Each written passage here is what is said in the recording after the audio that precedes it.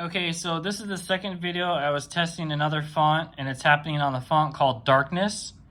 And I'm going to give you another indication that the battery's at 100%. Battery at 100%. And like I said, it's happening on, I don't know, every other font. So I'm thinking it needs a software update pretty much. I'm not sure, so I'll send both these videos and you can let me know. However, if it's not, I strongly recommend that you send me a new hilt and then I'll send this one back, because that would be unfair to me to send this one back and have it repaired, and this shouldn't be even repaired. It's a brand new hilt, should be working 100%.